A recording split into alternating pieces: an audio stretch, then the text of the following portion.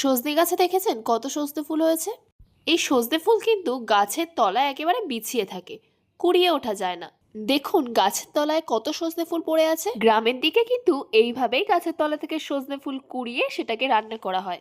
কারা কারা সজনে ফুল গাছের তলা থেকে কুড়িয়ে এইভাবে রান্না করেন, কমেন্ট করে কিন্তু জানাতে ভুলবেন না। দেখুন কত সজনে ফুল কুড়িয়েছি, এই দিয়ে আজকে আপনাদের একটা রেসিপি বানিয়ে দেখাবো।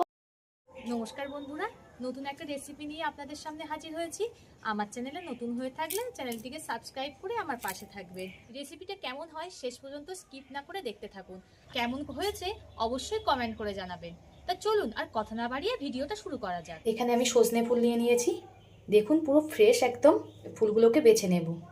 ফুলের মধ্যে দেখুন ছোট ছোট ডাঁটাও আছে, কত সুন্দর ছোট ছোট ডাঁটা। ফুলগুলোকে বেছে নেব।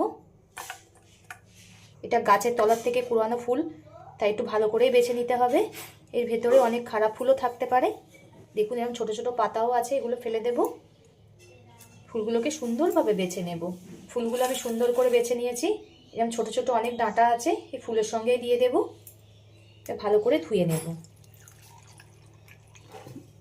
2-3 বার জল পাল্টে পাল্টে ধুয়ে নেব।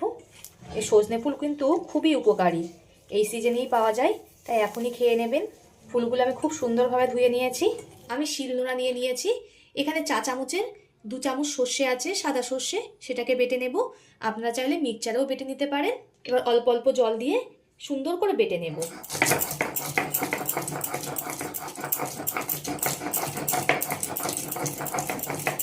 শিলনোড়ায় বাটতে খুবই কষ্ট হয়, কিন্তু শিলনোড়া বাটার মশলায় তরকারি খেতে খুবই ভালো লাগে।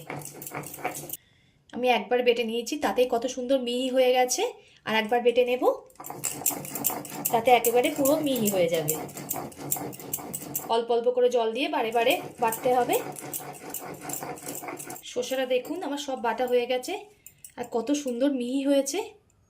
এবার সর্ষেটাকে এই বাটির মধ্যে তুলে নেব। আমি এই বাটিটাতে সব সর্ষে তুলে নিয়েছি। আমি উনানের জালটা ধরিয়ে কড়াটা গরম হতে বসিয়ে দিয়েছি। এতে দিয়ে দেব সর্ষের তেল। তেলটা গরম হয়ে গেছে, এতে দিয়ে দেব অল্প করে 5 ফোড়ন। ফোড়ন থেকে সুন্দর একটা মিষ্টি গন্ধ বেরালে এতে দিয়ে দিতে হবে গোটা গোটা করে আলু কাটা। আমি একটা বড় সাইজের আলু নিয়েছি, যেমনভাবে আলু চচ্চড়ি করে সেরকমভাবে ঠিক কেটে নিয়েছি। আলুটাকে খুব ভালো করে ভেজে নেব। আলুটাকে আমি খুব ভালো করে ভেজে নিয়েছি। এবার যেমনভাবে আলু কেটে নিয়েছি তেমনভাবে একটা ছোট সাইজের বেগুন গোটা গোটা করে নিয়েছি, সেটাকে দিয়ে দেব। বেগুনটাকেও আলুর সঙ্গে খুব ভালো করে ভেজে নেব। এবার এতে দিয়ে দেব স্বাদ মতো লবণ। এই লবণটা দেওয়ার ফলে বেগুনটা খুব সুন্দর করে নরম হয়ে যাবে। আপনারা বন্ধুরা কে কোথা থেকে দেখছেন আমাকে কমেন্ট করে জানাবেন। আপনাদের সুন্দর সুন্দর কমেন্ট করতে আমার খুবই ভালো লাগে, আর এভাবেই আমাকে সাপোর্ট করে যাবেন। আপনারা সাপোর্ট না করলে আমি কখনোই এগিয়ে যেতে পারবো না। আলু বেগুন সব কিছু আমি আমার পরিমাণ মতো নিয়ে নিয়েছি, আপনারা আপনাদের পরিমাণ মতো নিয়ে নেবেন। বেগুন আর আলু খুব সুন্দর করে গলে গেছে। এবার কড়ার মাঝখানটা একটু ফাঁক করে নিলাম। এতে দিয়ে দেব অল্প করে সর্ষের তেল। এবার বড়িগুলো দিয়ে দেব। এই বড়ি দিয়ে রান্না করলে খুবই সুন্দর লাগে খেতে। বড়িটা আপনারা চাইলে আগে থেকে ভেজেও নিতে পারেন, এইভাবে ভাজলেও কোনো অসুবিধা হবে না। আবার আলু বেগুনের সঙ্গে বড়িটাকে খুব ভালো করে ভেজে নেব। সজনে ফুলটা কিন্তু সারা বছর পাওয়া যায় না, একবার হলেও এই রেসিপিটা ট্রাই করে দেখবেন, দারুণ লাগে। ভাতের প্রথম পাতে এমন একটা রেসিপি থাকলে একেবারে জমে যাবে। আমার সব কিছু খুব ভালো করে ভাজা হয়ে গেছে। এবার এতে ধুয়ে রাখা ফুলগুলো দিয়ে দেব। দিয়ে দেবো একটা কাঁচা লঙ্কা। ঝালটা আপনারা আপনাদের পরিমাণ মতো দিয়ে দেবেন। ফুলটাকেও খুব ভালো করে ভেজে নেব। সজনে ফুল ডাঁটা পাতা সব কিছুই কিন্তু দারুণ উপকারী। এবার এতে দিয়ে দেব পরিমাণ মতো হলুদ গুঁড়ো। সজনে ফুল অনেকে খেতে ভালোবাসেন না, কিন্তু এইভাবে একবার হলেও ট্রাই করে দেখবেন, সবাই আঙুল চেটে খাবে, এত দারুণ হয় এটা খেতে। আমার সব কিছুই খুব ভালো করে ভাজা হয়ে গেছে।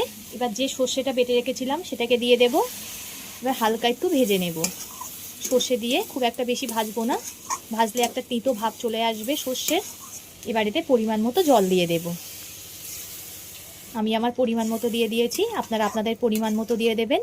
এটা একদম পুরো শুকনো শুকনো হবে, তবেই খেতে খুবই ভালো লাগবে। এবার ঝোলটাকে ফুটতে দেব। আমার দেখুন কতটা শুকনো হয়ে গেছে, ঠিক এমনই শুকনো করতে হবে। এবার এতে দিয়ে দেব অল্প করে জিরের গুঁড়ো। এটা ভাজা জিরের গুঁড়ো। জিরের গুঁড়োর পরে এখানে দিয়ে দেব আখের গুড়। আপনারা চাইলে চিনিও দিতে পারেন, আমি এখানে আখের গুড় ব্যবহার করলাম। যেহেতু চিনিটা স্বাস্থ্যকর না। আখের গুঁড়া জিরের গুঁড়োটা দিয়ে একটুখানি ফুটিয়ে নিতে হবে। ছোট থেকে বড় সবাই এই রেসিপিটা খুবই ভালোবাসবে। এইভাবে একবার হলেও ট্রাই করে দেখবেন। এতক্ষণ ধরে ভিডিওটা দেখার জন্য অসংখ্য ধন্যবাদ। এভাবে আমার পাশে থেকে আমাকে সাপোর্ট করবেন। সবাই সুস্থ থাকবেন, ভালো থাকবেন। পরবর্তী নতুন একটা ভিডিওতে আপনাদের সঙ্গে দেখা হচ্ছে।